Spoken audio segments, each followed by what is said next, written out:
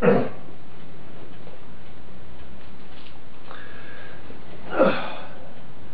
morning. It's the 18th of August. Morning. The new book, 616 pages, The Cotton Dog. I'm going to read a chapter out of here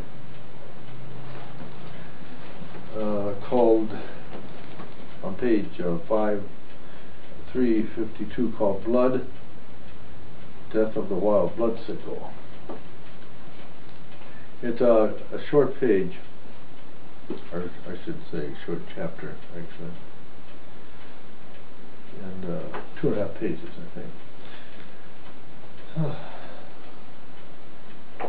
It was a week later when Langdon had another dream. He was in the Arctic Circle, deep near Barrow, Alaska.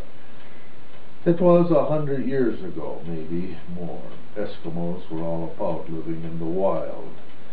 And he was with a group of nomads, and they killed wolves and seals for food, and polar bears, and he got thinking, and woke up. Blood, he said, excessive blood, he mumbled. It is the blood that the wolf craves, like a man craves alcohol, or the fat man food, or the drug addict dope, or the gambler the compulsion to chase his loss, and the man whore, women. Therefore it is the wolf who craves blood. Then he remembered his dream. It was a bloody dream. He looked out his window.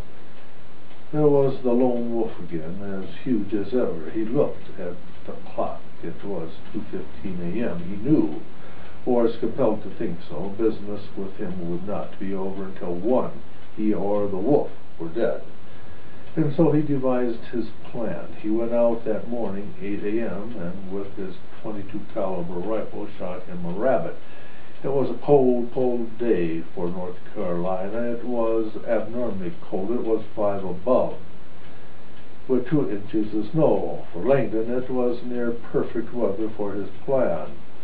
He went into the kitchen, got out a slim butcher's knife, cut the rabbit open, drained his blood, put it in the freezer to chill, poured blood over the blade of the knife, took the handle off, broke that part of the stainless steel knife, and let the blood freeze on the knife. Then, in another hour, he dipped the razor-sharp blade into blood again and froze it. It froze in a matter of minutes now. And he dipped it again and again and again, until it looked like a popsicle with a stick in it. But it really was a bloodsicle with a thin knife in its center. And the smell of blood reeked from there to kingdom come. There were perhaps 50 layers of blood over that knife, and it took all morning to freeze it into the afternoon, but the blade was hidden well within the bloodsicle. That night, Langdon hid the bloodsicle out near a tree under an inch of snow by the house. The wolf came that night. Langdon never went to sleep. He waited for the wolf, and he came at 2:10 a.m. But his sense of smell took his mind away from Langdon, and found the bloodsicle, and licking it, he found it so profoundly appealing that the taste of the blood was more powerful than the taste of the game of the hunt. Langdon noticed he enjoyed every second, every lick of the bloodsicle. He couldn't get enough, and the weather was numbing to his tongue. He couldn't really feel his tongue after a while, because it was exposed for such a long time in the process of licking.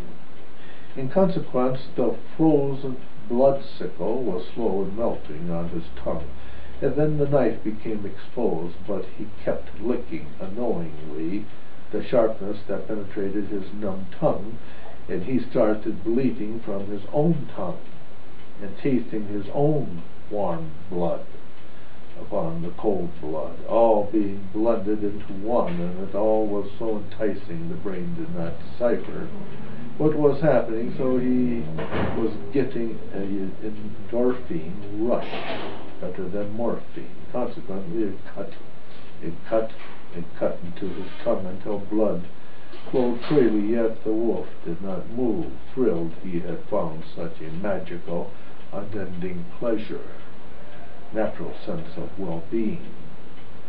Now the knife was fully exposed, but it was too late. The beast collapsed on top of the knife, and there he would lay for all to see in the morning, and no one lost any more sleep in the fields of the 3 plantations. And Langdon went to the army to find his war, and that is another story.